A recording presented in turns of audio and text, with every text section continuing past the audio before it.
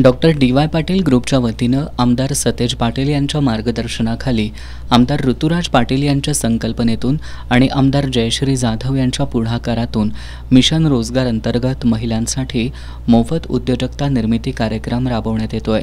त्यानुसार आज सम्राटनगर इथल्या जीवेश्वर सभागृहात महिला आणि मुलींसाठी नुकताच उद्योजकता निर्मिती कार्यक्रम आयोजित करण्यात आला होता। यावेळी शेफ रोहन हवालदार आणि दीपाली मस्के यांनी महिलांना विविध प्रकारचे खाद्यपदार्थ तयार करण्याचं प्रशिक्षण दिलं। या कार्यक्रमात महिलांचं आरोग्य, लहान मुलांचे आहार व्यवस्थापन या विषयावर तज्ज्ञांनी महिलांना मार्गदर्शन केलं।